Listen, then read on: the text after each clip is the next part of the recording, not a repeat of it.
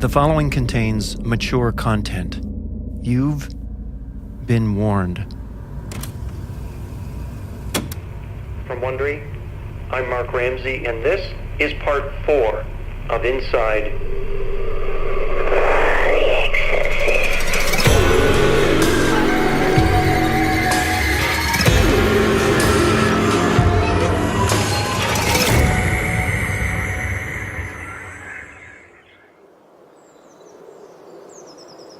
February 9, 1855, South Devon, England. Early morning.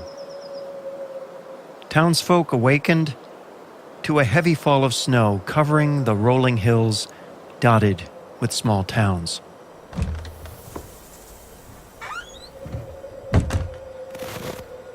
Joshua Stone, a local farmer, exited his home and stopped dead in his tracks. He had seen many a thing in his day, but never anything like this. Everywhere he looked, footprints, the impressions of some strange and mysterious animal, he thought. In open fields and gardens, in courtyards enclosed by high walls, they were found on both sides of a 2-mile-wide estuary, beginning on one side and continuing on the other. There were footprints on rooftops. There were footprints going up and down the sides of buildings. These were not like normal animal prints. They were placed one in front of the other, like human steps. By one report, the impressions resembled those of a donkey's shoe, a cloven hoof.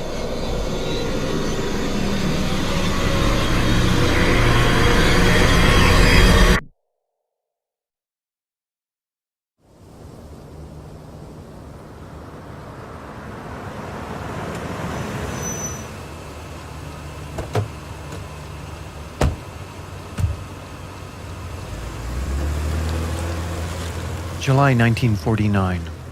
Robbie was going home. The demon was gone. The Alexian Brothers Hospital would keep the secret about the exorcism performed in one room on the 5th floor of the old wing. The day the boy went home, an Alexian brother visited that room one final time. He turned the key to lock the door and declared that this door and that room would never be opened again. It would be a shrine to salvation, a tomb of the demon.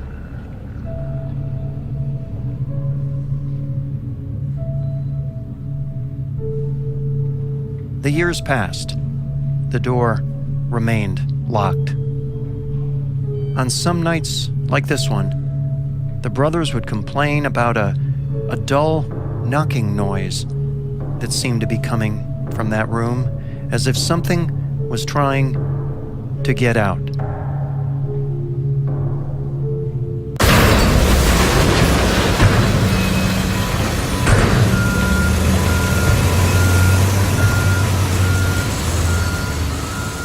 October 1978.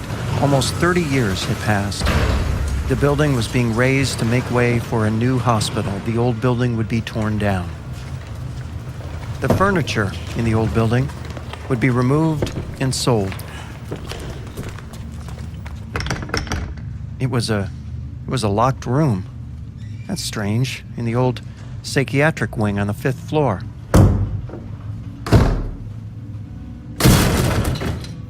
Inside, a dust-covered bed, nightstand, table, chairs, dresser.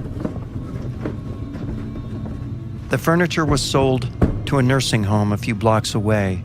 It was stored in a room on the 4th floor. When that building was later torn down, the staff, the inspectors, the workers refused to go to that floor.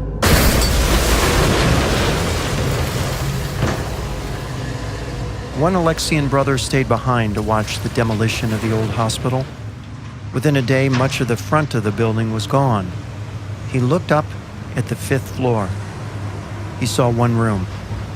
A room that had been sealed for many years, now open and strangely intact. He walked up the back stairwell for a closer look. Somebody has been in here. There were strange marks splashed across the wall, vile words in spray paint, burned candles on the floor, signs of a ceremony, and the faint echo of a presence.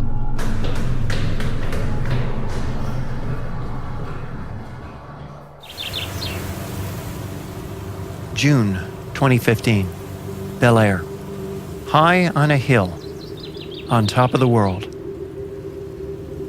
Billy Friedkin is sitting outside his house in this leafy canyon rich in Hollywood history. Judy Garland and Sidney Poitier used to live down the street, but today, Billy was alone, with the birds. His phone sits on the table before him, quiet. It doesn't ring much anymore, not for work anyway. Sure, lots of folks want to talk about the movies he made 40 years ago, but nobody wanted to talk about the movies he wants to make now. What a fool I was, he thought. A young filmmaker brimming with talent and hubris. When great success comes early, your life changes. Strangers compliment you. Everyone loves you, or say they do. You're on the guest list for every A-list party. Your inbox overflows with scripts from every studio. The executives who never acknowledge your existence are now buying you lunch. No cars, just limos. All the best tables at the best restaurants. Everyone, everywhere is your friend.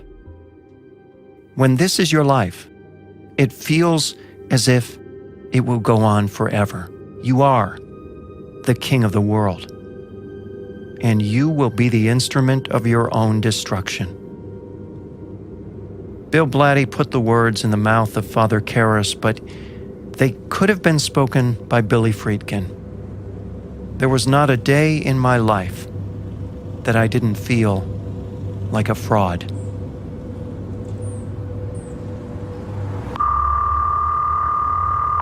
Spring 1972. The wheels were beginning to turn on The Exorcist.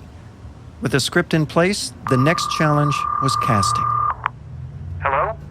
Audrey Hepburn? Yes? I'm the director Billy Friedkin, and I'd like to offer you the role of Chris MacNeil in The Exorcist. Of course, I'd be thrilled to do it, as long as you can shoot it in Rome.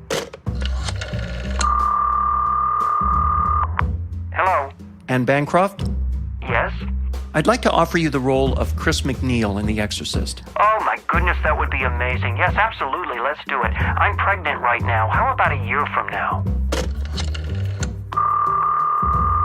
Hello? Jane Fonda? Yes? I'd like to offer you the role of Chris MacNeil in The Exorcist. Hello? Why would anyone want to make that exploitive supernatural piece of capitalist rip-off bullshit?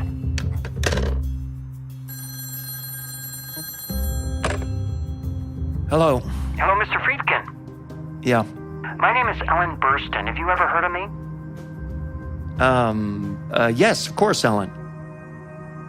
Well, Friedkin had never heard of her. He thought she was Cloris Leachman. He later discovered she had been in the Last Picture Show, and she was a good actress. Mr. Friedkin, do you believe that the universe has a plan for us? Yeah, I guess so.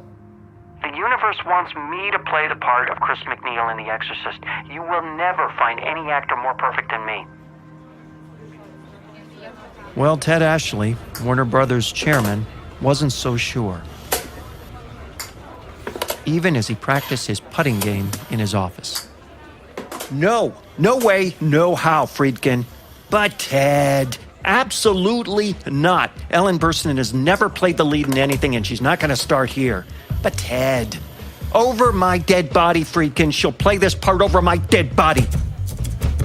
Ted snubbed his cigar into one of the 5 ashtrays on his desk. Then he dropped like a rock to the floor, face up. Go ahead, I dare you, walk right over my dead body. So Billy walked to the playing dead body of the chairman of Warner Brothers and stepped over him.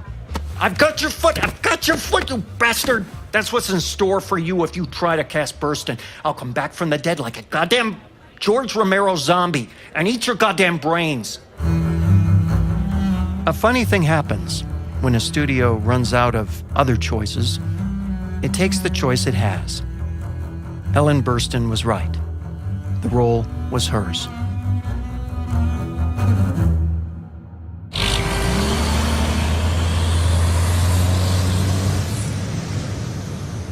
Jason Miller was delivering milk. That was his real job, such as it was, delivering milk to his neighbors in Flushing, New York. That's where he lived with his wife and 2 sons. Like his dad, one of those sons, Jason Patrick Miller Jr., would later become an actor using a shorter name, Jason Patrick. This was a big day for Jason Sr. He had spent his life working as an actor off-Broadway and off-Broadway, barely making a living. But he had written this play. It was called That Championship Season. It would go on to charm the critics and earn the Tony Award and the Pulitzer Prize. Billy Friedkin was in New York. He was studying the profile of Jason Miller in the New York Times. His picture, his bio, intriguing. Time to set up a meeting. The meeting went just okay. Miller hadn't read The Exorcist. "Read it," Billy told him. "Hello?" Hey, Billy Friedkin, how the hell are you? Fine. It's Jason Miller. Listen, I finally read it. I read that book, The Exorcist. That guy, Father Karras. He's me. I'm him. I'm really sorry, Jason. We've already cast the role. No. I don't care. You don't understand. Mr. Friedkin. I'm telling you, I am that guy. He is me. Please, just shoot a screen test with me. One test, please. Jason, I'll do it. But we have a pay-or-play deal with another actor for the part. So if you want to come out to L.A. on your own dime, I'll shoot your test. Great, awesome, terrific. I will be there in about a week. A week? Just fly out in the morning. Man wasn't meant to fly, Billy. I walk, bike, drive, and train. That's all. I'll take the train. I'll see you in a week. To Billy's surprise, the test, it was amazing. Now Billy had only to convince the suits at Warner's. Gentlemen, you've just seen the test. That is Father Karras. That's our guy. Billy, we have a pay-or-play deal with Stacy Keach. What is wrong with Stacy Keach? Nothing. Nothing's wrong with Stacy Keach. Pay him off. This guy's better. Billy, you just cast Stacy Keach. Oops, sorry, it was a boo-boo. I made a mistake. Trust me, guys. Jason Miller is going to shine like a blazing sun in this role. This was the plum role.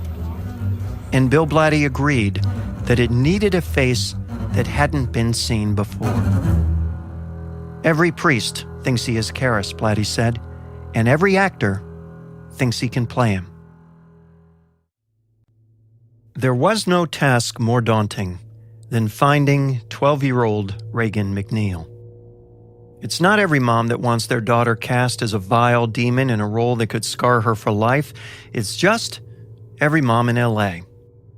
And so they came, one pubescent hopeful after another, more than 1,000 in all.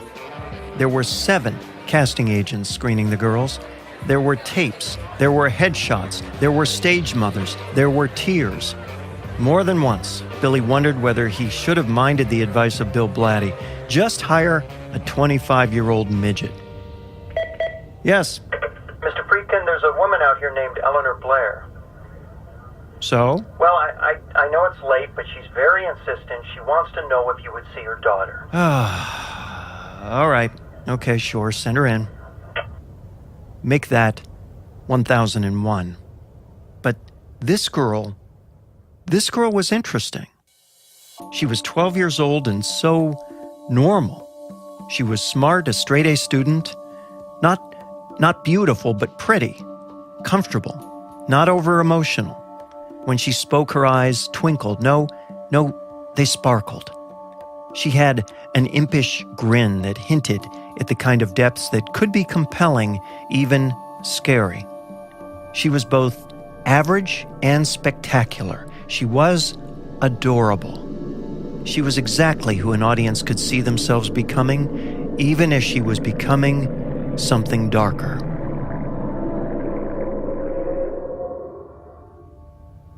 So, Linda, do you know what The Exorcist is about? Well, it's about a regular girl who gets possessed by a demon and does some very evil things. Evil things like what? Well, she pees on the floor and kills people. Does that shock you? Every girl wants to kill somebody. Sometime. There's a scene where she takes a crucifix And masturbates with it. Do you know what that word means? Masturbate? Sure. Jacking off, jerking the gherkin, polishing the pearl. Okay. Have you ever done that? What do you think? Billy Friedkin had found his Reagan. He called Linda's agents and told them Warner Brothers wanted to make a deal. They were stunned. They had 10 other girls they wanted Billy to see. They never would have suggested Linda and had to frantically scroll through their Rolodex to find out who she was. The casting of Linda Blair was inspired. She understands what this is, Billy said, but she doesn't appreciate just how dirty and nasty it's supposed to be. To Linda, it's one big game, and I'm going to keep it that way. I guess it isn't really hard for me because my heart is with the horses. Her heart was always with the animals, but what she was about to do would challenge that heart beyond all expectation. It would test her, it would make her a star, and it would try with all its might to crush her. Rolling sound, quiet. Ready? Speeding. Ready, and action.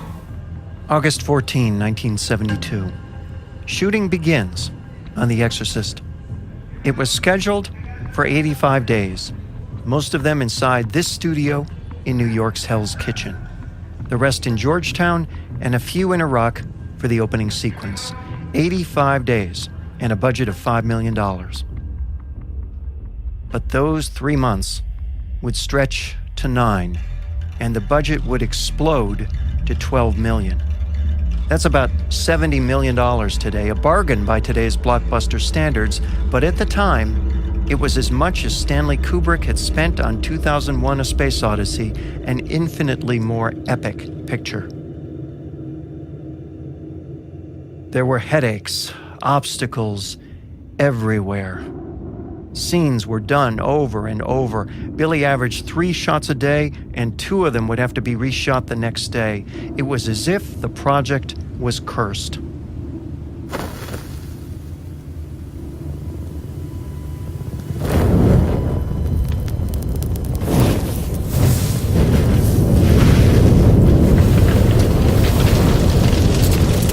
The main set, in a New York warehouse, was a complete reproduction of the interior of a Georgetown townhouse. It was essential.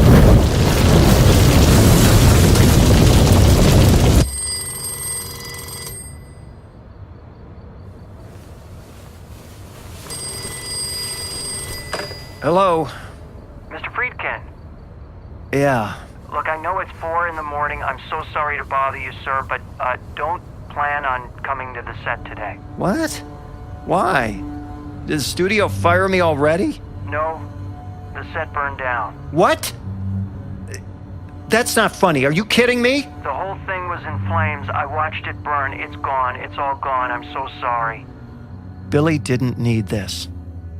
No one was inside, but the entire set and hundreds of thousands of dollars in furnishings and special effects, all destroyed. The cause was always a mystery.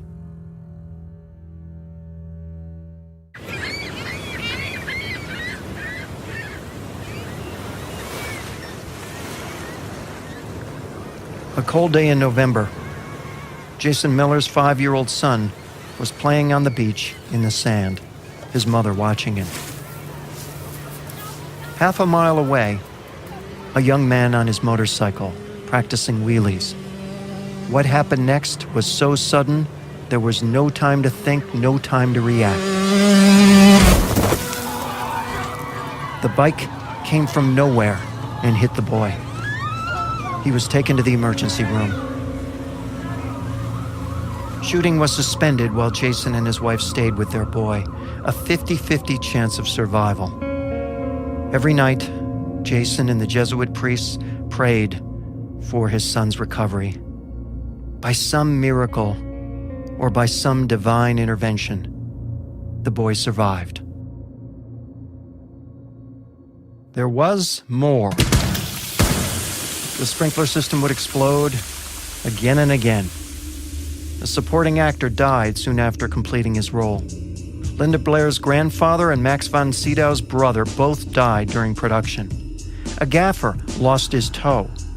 And Ellen Burstyn's back took a punishing toll when her character's possessed daughter pushes her to the floor while a crew technician with a wire yanks her back hard. Cut. Take 2. Cut. Take 3. Billy, the guy with the wire, he's pulling me too hard. Well, Ellen, I'm trying to make it look real. I know it has to look real, but I'm telling you, I'm going to get hurt. All right, okay. Don't pull Ellen so hard. Take 4. That guy with the wire, he wasn't letting up. Ellen noticed it wasn't getting easier. She also noticed a shooting pain up her back. This led to a spinal injury that has haunted her ever since. Enough had gone wrong. A priest was invited to the set for a formal Catholic blessing.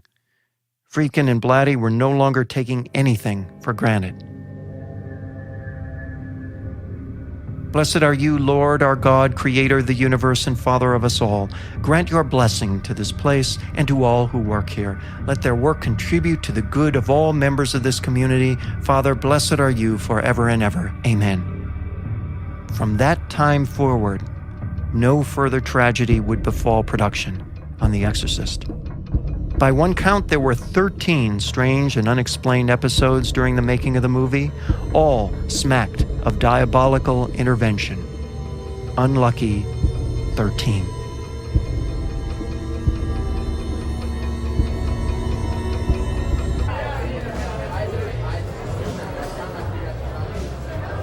Lou DeGuimo worked for 5 decades casting TV and movies. He cast The Godfather, Rain Man, Gladiator, and many more. He recommended a relative unknown for a key supporting role in the movie Thelma and Louise. That unknown was Brad Pitt. But today was surely one of his most challenging casting gigs. He had to find an authentic drunk in Manhattan.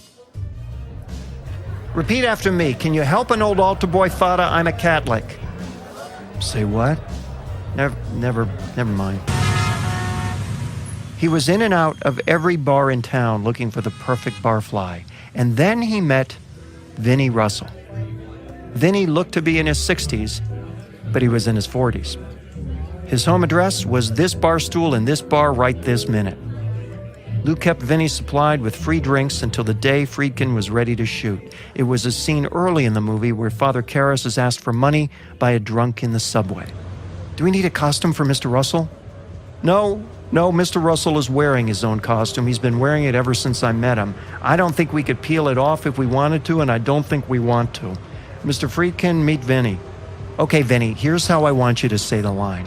Can you help an old altar boy, Fada? I'm a Catholic. Well, Vinnie was drunk the entire night of filming, so this was a much bigger ask than Billy had anticipated. 5 hours later, it was still too big an ask. And then, can you help an old altar boy, Fada? I'm a Catholic. Cut! Print it!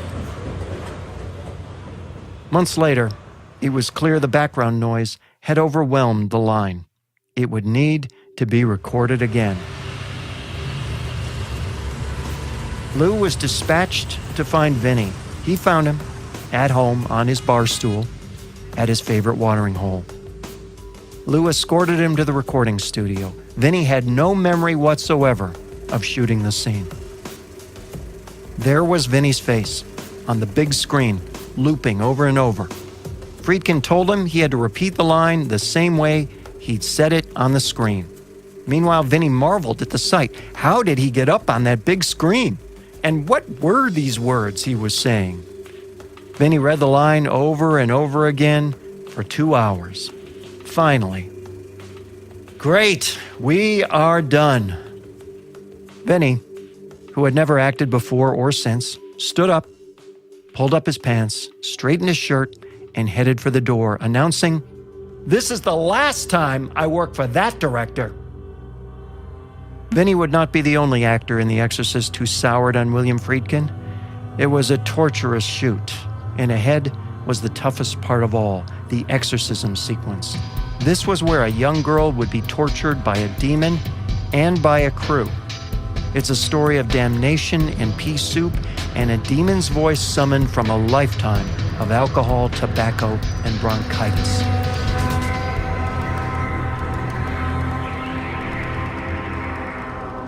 Next time on Inside The Exorcist. Do you know why we're here? It's an excellent name for an exorcism. From Wondery, this is a 7-part deep dive inspired by the story behind an unforgettable classic movie. This is Inside The Exorcist. Written and narrated by Mark Ramsey, featuring Stephanie Drake as Linda Blair, sound design and editing by Jeff Schmidt, produced by Mark Ramsey Media, consulting producer Jeffrey Glazer, executive producer Hernan Lopez for Wondery. We'd like to learn more about you. Please complete a short survey at wondery.com/survey and subscribe to this show on Apple Podcasts, Stitcher, Spotify, or wherever you listen. It's free. For more information or to comment on this show, visit our website, wondery.com/InsideExorcist or facebook.com/InsideExorcist. If you like the show, we'd love you to give us a 5-star rating and a review. It helps others discover us. Tweet us at Inside Exorcist. Please thank us by rewarding our sponsors with your support. And please support Linda Blair's Animal Rescue Foundation at lindablairworldheart.org.